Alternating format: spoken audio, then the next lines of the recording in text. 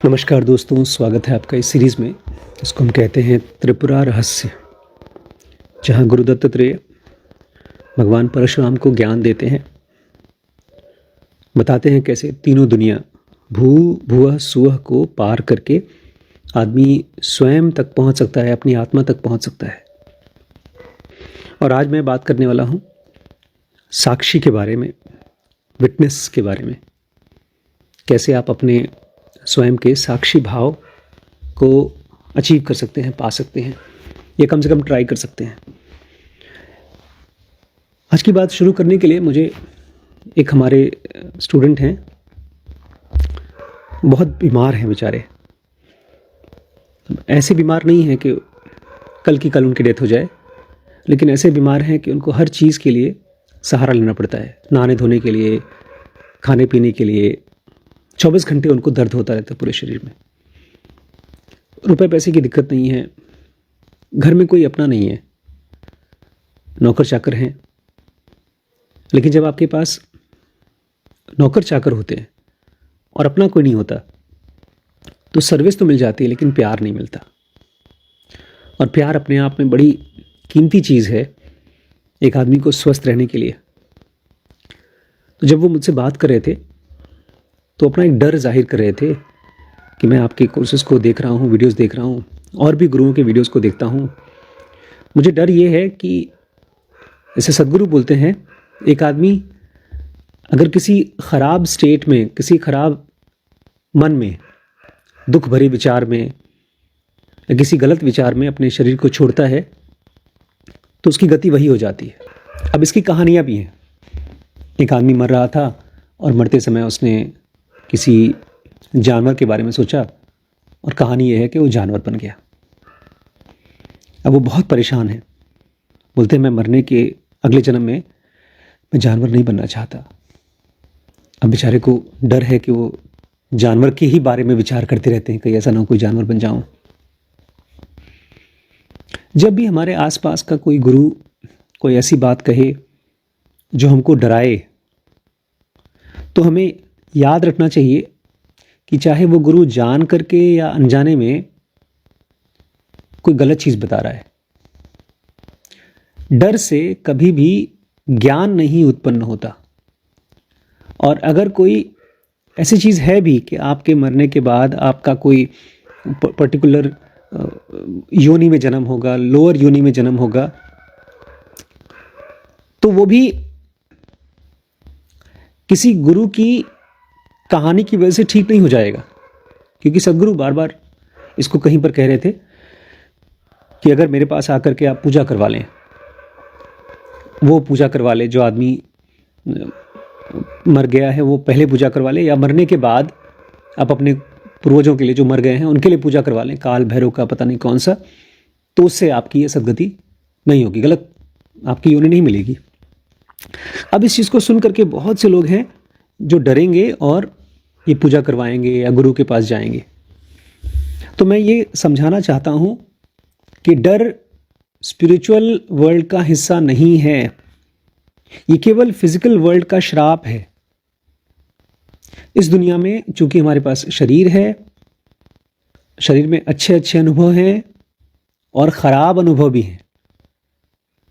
जब खाना खाते हैं तो पेट भरने का अनुभव अच्छा अनुभव है, जब भूख लगती है तो पेट दर्द का अनुभव खराब अनुभव है। तो ये श्राप कि केवल इसी दुनिया में है, मरने के बाद कोई हमको डराता नहीं है। इनफैक्ट अभी हम जर्नी ऑफ सोल में पढ़ रहे हैं, और जितनी भी स्क्रिप्चर्स को मैं समझा हूँ सब में यही कहते हैं, जैसे जैसे आप हायर लोकाज में जाएंगे, मॉलिक्यूलर वर्ल्ड में, इलेक्ट्रॉनिक वर्ल्ड्स में जाएंगे, वैसे वैसे आपके अंदर के ज्ञान को जगाया जाता है ताकि आप देख सकें सही क्या है और गलत से अपने आप को बचा सकें। लेकिन फिर भी आपसे अगर गलत हो जाता है तो आपको हेल्प किया जाता है उसको सही करने के लिए। ठीक वैसे जैसे एक बच्चा स्कूल में जाता है, अच्छे स्कूलों में तो कंपलसरी है कि बच्चे को मार डांट करके पढ़ाया ना जाए, उसकी गलती के लिए उसको शर्मिंदा ना किया जाए, उसको धीमे धीमे रियलाइज़ कराया जाए कि सही क्या है। तो कभी भी किसी भी दुनिया में कुछ भी गलत करने का सजा नहीं है। यहाँ तक कि अगर कोई बलात्कार करता है, कोई मर्डर करता है, उसके लिए भी थेरेपी है मॉलिक्यूलर वर्ल्ड में, सजा नहीं है। ये जो नर्क की कल्पना हुई है, वो कल्पनाएं आज के लिए नहीं, बहुत पुराने ज़माने के लिए उन जैसे लोगों के लिए था जो एकदम क्रूड हैं, क्रूर। कहानियां ऐसी बताई जाती थी ताकि लोग अपने आप को डर के मारे सामाजिक बना के रखें, बस, और कुछ नहीं। किसी भी गलती का कोई सजा नहीं है। गलतियां हैं, उसके लिए आपको सिखाया जाएगा कि उसको सही कैसे करें। और जहां तक रही मोक्ष की बात या अगले जन्म में कौन सी योनि मिलेगी उसकी बात, तो मैं उसमें एक छोटी सी बात ऐड करना चाहता हूं। अगर आपने कोई बहुत बड़ा ब्लंडर नहीं किया, मतलब किसी को खून नहीं किया, किसी को सोच समझ के परेशान नहीं किया, स्ट्रैटेजी बना करके कई सालों तक टॉर्चर नहीं किया, तो फिर आप मोटे मोटे में सही रास्ते पे हैं, मोटे मोटे में। उसके बाद आती है और स्पेसिफिक लेवल पे अच्छाई करना, जहां पर आप अपने अंदर की बुराइयों को पहचानते हो, उनके साथ काम कर रहे हो। उसमें हो सकता है साल भर लग जाए, हो सकता है 2 साल, या हो सकता है 10 साल लग जाए, लेकिन आप अपनी बुराइयों के ऊपर काम कर रहे हो, तो आपकी कैटेगरी बहुत हाई है। आपके अंदर वो बोध है जिसके जरिए आपकी जो मरने के बाद की भी यात्रा है, उसमें भी आगे आप एक योगी की तरह ही आगे बढ़ोगे।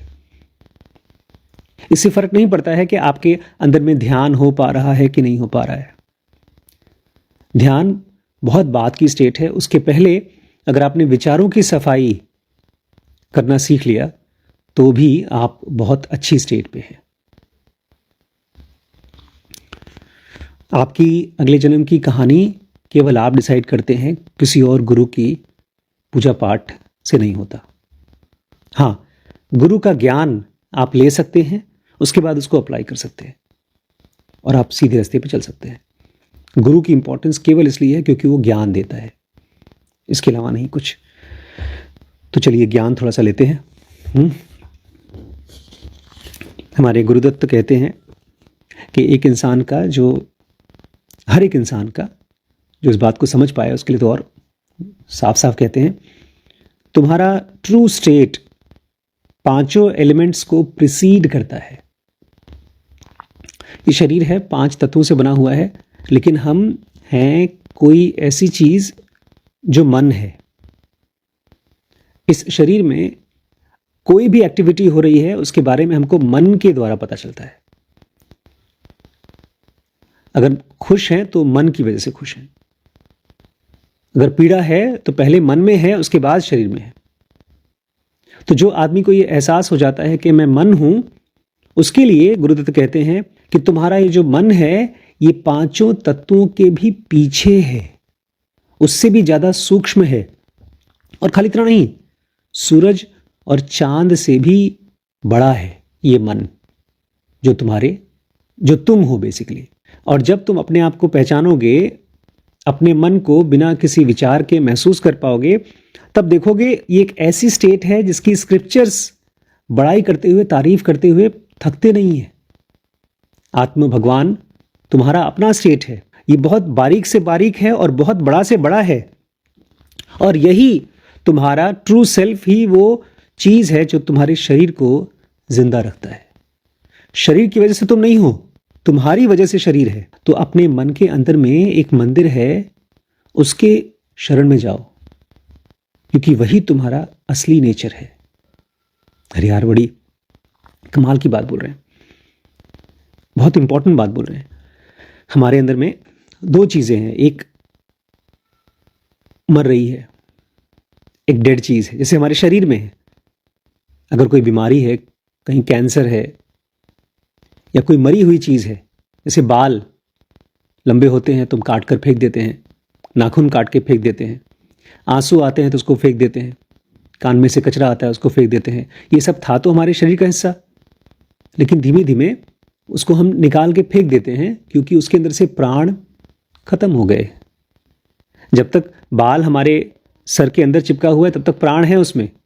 जैसे बाहर निकला उसके दर्द का महसूस होना बंद हुआ, खत्म हो गया। तो ये हमारे शरीर का हिस्सा होने के बावजूद अब शरीर का हिस्सा नहीं है।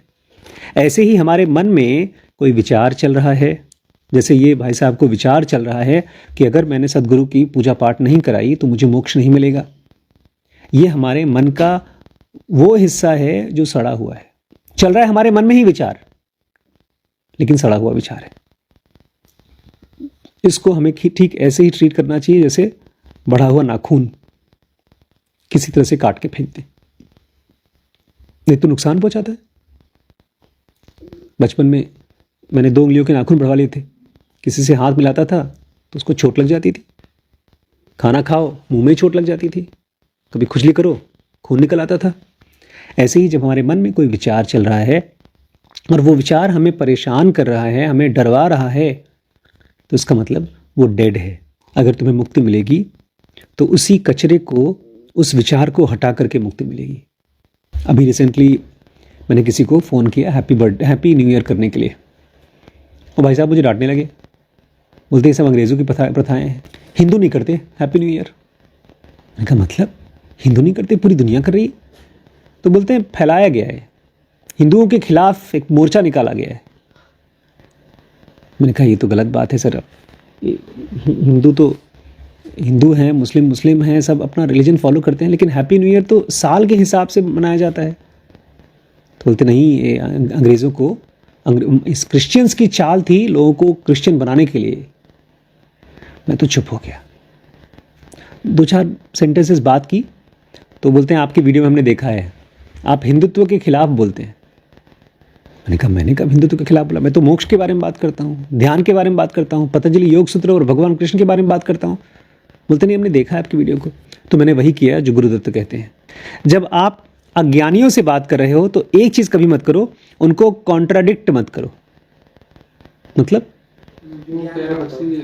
तुम एकदम सही हो बदपू, तुम सही हम गलत, जाओ अपना काम करो। रिएक्ट भी मत करो, क्योंकि वो किसी चीज को बिलीव करते हैं जो उनकी समझ से सही है, तो आप कितना भी उनको समझाएंगे बदलेंगे नहीं। इनफैक्ट अब मुझे समझ में आया है, हम लोग जो मोटिवेशनल इंटरव्यूइंग की सीरीज बना रहे हैं, कि हर आदमी बदलता है अपने मोटिवेशन के हिसाब से, हमारे और आपके विचार के हिसाब से नहीं। इसलिए कभी किसी के साथ में बहस में नहीं पड़ना है। बहस मतलब, अब मेरे लिए बहस का मतलब है जैसे 2 लोग एक दूसरे के साथ जबरदस्ती कर रहे हैं, शादीशुदा हैं लेकिन जबरदस्ती कर रहे हैं सेक्स करने के लिए। अगर हस्बैंड वाइफ को या वाइफ हस्बैंड को फोर्स करे, दोनों में से एक भी, तो ये बलात्कार होगा, चाहे आप शादीशुदा हैं फिर भी। ऐसे ही अगर आपके विचार सामने किसी के साथ मैच नहीं करते, वो कुछ और बोल रहा है, आप कुछ और बोल रहे हैं, तो आपका गोल ये होना चाहिए, राम राम, हम अपने रास्ते तुम अपने रास्ते। Do not contradict them and do not react to them. ना उनको कॉन्ट्रडिक्ट करो, ना ही तो उनको रिएक्ट करो। अब होता क्या है, देखिए आदमी क्यों इस तरह से बिहेव करता है कि एक समझदारी वाली बात को पहचान क्यों नहीं पाता, एक सिंपल लॉजिकल बात को, ध्यान जैसे एक इंपॉर्टेंट चीज को पकड़ क्यों नहीं पाता। वो क्यों जाकर मंदिर में घंटा बजा करके अपने आप को हिप्नोटाइज करने को तैयार है कि मेरा भला हो रहा है, जबकि उसका भला नहीं हो रहा है। क्योंकि गुरुदत्त कहते हैं, ये बात सच है कि आपको किसी ऋषि मुनि के पास में जाकर के फायदा होगा, उससे बहुत फायदा होता है, लेकिन ये फायदा केवल उसी को होता है जो इंटरनली प्रिपेयर्ड हो। आग केवल सूखी लकड़ी में लगती है। आप बड़ी सी मोटी लकड़ी, खूब बड़ी मोटी लकड़ी, पूरी गीली लकड़ी छोटी से दिए के ऊपर लगा दीजिए, दिया बुझ जाएगा। आपको अंदर से प्रिपेयर होना पड़ेगा, तब जाके एक सेज, एक ऋषि आपको मदद कर पाता है। गुरुदत्त कहते हैं एक आदमी के अंदर में अंदर की वर्दीनेस होनी चाहिए, काबिलियत होनी चाहिए सच को पहचानने की, उसको परखने की। कहते हैं पुराने ज़माने में लोगों को बिल्कुल आइडिया नहीं था कि वो शरीर के अलावा भी कुछ और हो सकते हैं। तब ये कहानियां बताई गई थी सिन और वर्चू की, पाप और पुण्य की, कि फला काम पाप है, फला काम पुण्य है।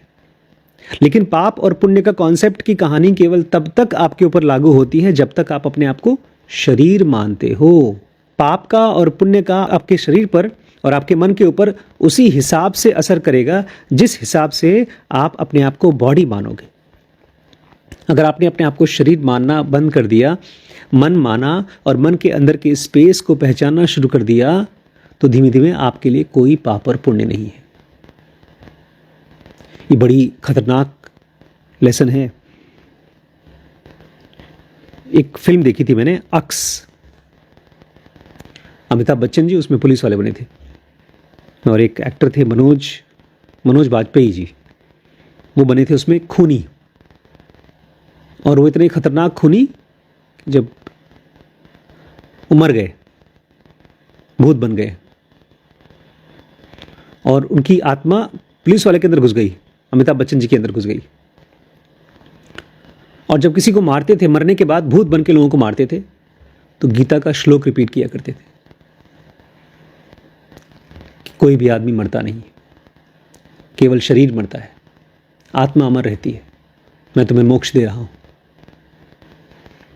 ये जो पाप और पुण्य का कॉन्सेप्ट है, ये केवल उसके लिए लागू होता है जो अपने आप को शरीर मानता है। लेकिन जो आदमी अपने मन के अंदर के विचारों के बीच की स्पेस को पहचानना शुरू करता है, उसके लक्षण बदल जाते हैं। वो शांति को ज्यादा पसंद करता है, वो प्यार को ज्यादा देना और लेना महसूस अच्छा लगता है उसको। और जब मैं प्यार कहता हूं ना, तो ये प्यार कभी छीनने वाला प्यार नहीं है, ये अफेक्शन वाला प्यार है। जो आदमी पाप और पुण्य से मुक्त हो जाता है, उसको किसी से कुछ नहीं चाहिए होता। जो मिल जाए ठीक, ना मिले तो भी ठीक, क्योंकि अब उसको पीस पसंद है, साइलेंस पसंद है। इसलिए उसके लिए पाप पुण्य का कोई मतलब नहीं है। जो आदमी केवल अपने आप को शरीर मान रहा है, उसके लिए पाप पुण्य है। क्यों? क्योंकि वो शरीर, अपने शरीर को बचाने के लिए दूसरे को नुकसान पहुंचाएगा। इसलिए बहुत खतरनाक लेसन है। एक आदमी अगर खाली इस चीज को चुपचाप रिपीट करता रहे, मतलब इस चीज को बार बार रिपीट करता रहे कि कोई पाप नहीं, कोई पुण्य नहीं, और इसको विचार के तरीके से करता है कि मैं तुमको मार रहा हूं, कोई पाप नहीं, मैं तुम्हारा पैसा छीन रहा हूं, कोई पुण्य नहीं है। हर एक कर्म का एक रिजल्ट होता है। अगर मैंने आपका पैसा चुराया तो उसका एक रिजल्ट होगा, मैंने आपको धोखा दिया तो उसका एक रिजल्ट बनेगा। लेकिन ये सब का सब रिजल्ट आपके ऊपर लागू होता है कब तक? आप अपने आप को शरीर मानते हो। लेकिन जैसे ही आप अपने मन के अंदर के विचारों के बीच की खाली स्पेस को अपने सेल्फ की तरह पहचानना शुरू करते हो, तब पाप और पुण्य आपके लिए नहीं है। ये बहुत बारीक लेसन है, बहुत इंपॉर्टेंट लेसन है, ध्यान रखिएगा। क्योंकि ऐसा कुछ दिन बाद होगा, आपके सामने दो ऑप्शन आएगा, एक होगा जो गलत, एक होगा सही। और जो गलत होगा आपको मन करेगा करने का। जैसे श्रीश उस दिन गए थे तो उनको लगा था अंडा खा सकते हैं, अंडा खा भी लोग खाते भी हैं, दुनिया खाती है, तो ये कंफ्यूज हो गए थे खाएं कि ना खाएं। वो है गलत, वो है पाप, क्योंकि अगर आप शरीर हैं, एक और शरीर को मार करके आप अपनी प्यास बुझा रहे हो। बल्कि महावीर पता है कैसे खाना खाते थे? महावीर जैसे कुछ और सन्यासी थे, बहुत ही एडवांस ऋषि थे, बोलते मैं पेड़ का फल तब तक नहीं खाऊंगा जब तक पेड़ से टूटकर जमीन पे नहीं गिर जाता, क्योंकि वो पेड़ का हिस्सा है। पेड़ भी जीव है, ये उसका बच्चा है, वो और पेड़ बनाने के लिए उसने बीज बना रखा है, उसका फल हमारे लिए नहीं है। ऐसे वो साधना करते थे। खैर, अपने आप को शरीर से अलग पहचानने के लिए जो आदमी एफर्ट डाल रहा है, वो एक ऋषि की ज्ञान को ले पाएगा। क्योंकि ऋषि पता है कौन है? एक बहुत एडवांस्ड म्यूजिशियन, संगीतज्ञ, एक आदमी जो एक बहुत माहिर एक्सपर्ट सिंगर से या म्यूजिशियन से सीखना चाहता है, उसको क्या करना पड़ेगा? मैं गया था गुरुजी के पास एक बार सिंगिंग सीखने के लिए, इलाहाबाद में एक है, 2 महीने के लिए गया था, 1 महीने के लिए, 1 घंटे के लिए हारमोनियम पे सा रे गा मा पा धा नी सा नी नी पा पा धा धा, यही दिन भर 1-1 घंटा 2-2 घंटा करवाते थे। मैं तो 1 महीने में बोर होके चला आया। मुझे, मेरे साथ एक दोस्त थे, वो भी जाते थे, 2 महीने बाद मैं चला आया। मुझे भी प्रिपेयर होना पड़ेगा अगर मुझे किसी से सीखना है तो। अब यहाँ पर आपका म्यूजिक इंस्ट्रूमेंट है आपका माइंड, और सुर क्या है? आपके विचार। धुन क्या है? आपके इमोशंस। अगर आपके अंदर में किसी के प्रति गाली आ रही है तो बेसुरा सोच रहे हैं आप। अगर आपके मन में आ रहा है कि यार इसके साथ बहस करके उसको बता दूं तू गलत है, तो आप धुन में गाना नहीं गा रहे हैं। क्योंकि अपने आप को जानने का सुर में गुरुदत्त क्या कहते हैं, जो ज्ञानी हैं उनके साथ में बहस मत करिए, उनको कॉन्ट्रडिक्ट मत करिए। ये आप लोगों को लेसन याद है, हमने कुछ दिन पहले कवर किया था। आपका लाइट, आपके अंदर की जो रोशनी है, आपको ये मंत्र बताया था मैंने, अपने आप को बार बार क्या बोलना है, I am of the nature of space. मैं खाली जगह हूं अंदर से। देखिए, विचारों की एक ताकत है। विचार वैसे बड़े कमजोर हैं, लेकिन एक ताकत है, जो विचार चलने लगेगा वो चीज आपको दिखने लगेगा। मान लीजिए मैं आपको बोल दूं ये बच्चा खराब बच्चा है, इसने चोरी की है, झूठ ही बोल दूं तो आपको इनके ऊपर शक पैदा हो जाएगा। और मैंने आपको विचार का एक विचार दे दिया, शक वाला। अब यहां पर नया विचार दे रहा हूं मैं कि मैं अंदर से खाली स्पेस हूं, तो उस विचार से क्या होगा, आप अंदर के खाली स्पेस को पहचान पाओगे, देख पाओगे। अब मैं आज की क्लास में जो बताना चाहता था वो साक्षी भाव के बारे में बताना चाहता था। गुरुदत्त कहते हैं तुम्हारी चेतना, आई एम, मैंपन डायरेक्टली तुम्हारे अंदर है। डायरेक्टली तुम्हारे अंदर है मतलब विचार जब आते हैं वो भी इनडायरेक्ट है। मेरी बात को पकड़िए थोड़ा सा, मैं समझाने की कोशिश कर रहा हूं, पकड़िए। मैंने आपसे कहा हैप्पी न्यू ईयर, ठीक है, मन में क्या चला, हैप्पी न्यू ईयर मैंने बोला, आपके मन में क्या चला, नया साल आ गया, मैं आपको बधाई दे रहा हूं, और ये विचार चला, हाँ, इमोशन आया। जब हैप्पी न्यू ईयर बोला तो इमोशन आया, अच्छा इमोशन आया। अब वो इमोशन किसी जगह पर आया अंदर में, इसका मतलब आपने उसको महसूस किया, तो महसूस करने का एक खाली स्पेस है, तभी तो महसूस किया। नहीं समझा ना? देखिए, अगर काले रंग का दीवार हो और उसके ऊपर काले पेन से मैं लिखूं, दिखेगा कुछ? इसका मतलब कोई भी चीज परसीव होने के लिए, दिखने के लिए कंट्रास्ट होना चाहिए। अब मैंने आपको बोला हैप्पी न्यू ईयर, आपको अंदर से अच्छा लगा, इसका मतलब अंदर में एक ऐसी स्पेस है जो अच्छी और बुरी नहीं है, उसकी प्रेजेंस में अच्छा लगता है। मैंने आपको डांटा, मैंने आपको किसी बात के लिए टोका, आपको खराब लगा, इसका मतलब आपके अंदर में कोई ऐसी स्पेस है जो अच्छी या बुरी नहीं है, उसकी प्रेजेंस में आपको खराब लगा। तो मैं चाहता हूं, गुरुदत्त कहते हैं आपकी चेतना इन डांट, इन तारीफ के अलावा की खाली स्पेस है, वो तुम हो, यहां जाओ, विचारों के बगल में जाओ, इसके बारे में सोचो मत, वहां रहो। एक आदमी अपनी देखभाल करता है हमेशा, छोटा बच्चा चाहे जानवर, कोई भी आदमी अपनी देखभाल करता है, अपने खानदान की देखभाल करता है, इसलिए क्योंकि उसको पता है वो मरने वाला है, ठीक। लेकिन हमारे अंदर में एक ऐसी एंटिटी है जो कभी नहीं मरती और उसकी चिंता नहीं करनी पड़ती, इसलिए हमारे अंदर में जो ट्रू सेल्फ है उसको विचार की जरूरत नहीं पड़ती। देखिए, विचार क्यों आते हैं मन में, ये मैं ये नहीं बोल रहा हूं कि किसी खास टाइप का विचार क्यों आता है, विचार ही क्यों आता है। नहीं कर पा रहे। विचार 2 वजह से आता है, एक बॉडी है और हमको लगता है बॉडी है हम, और इसीलिए अपने आप को बचाने का विचार है। बेसिकली सारे विचार हमको बचाने के विचार हैं, चाहे नौकरी का विचार हो, चाहे बाल बच्चे का विचार हो, चाहे बिजनेस का विचार हो, कोई भी विचार हो, वो अपने आप को बचाने का विचार है। अगर शरीर नहीं तो विचार नहीं। और शरीर क्या है? एक ऐसा एंटिटी जो मरता है। अब चूंकि मरता है इसलिए अपने आप को बचाने का विचार करता रहता है वो। लेकिन हमारे ही अंदर में एक ऐसा एंटिटी भी है जो कभी नहीं मरता, इसलिए उसको किसी विचार की जरूरत नहीं पड़ती। अगर आपको ये पता चल जाए ना, मतलब याद रह जाए, तो आप कभी कभी बिना विचारों के भी बैठेंगे। मैं आपसे कह रहा हूं, आपके पास दोनों चीजें हैं, विचारों वाला शरीर भी है, बिना विचारों वाला शरीर भी है। और कभी कभी दिन में 1 बार 2 बार बिना विचारों वाले शरीर के साथ रहना ही साक्षी भाव है।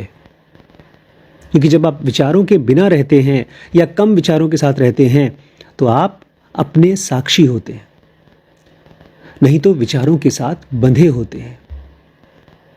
कितने भी अच्छे विचार चल रहे हों, वो आपको बंधन में बांध देते हैं।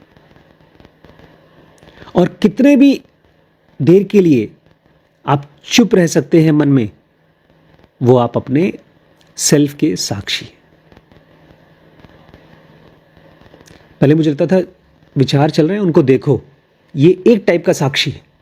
दूसरा साक्षी है, ठीक है विचार यहां चल रहा है लेकिन मैं तो साइलेंस को देख रहा हूं।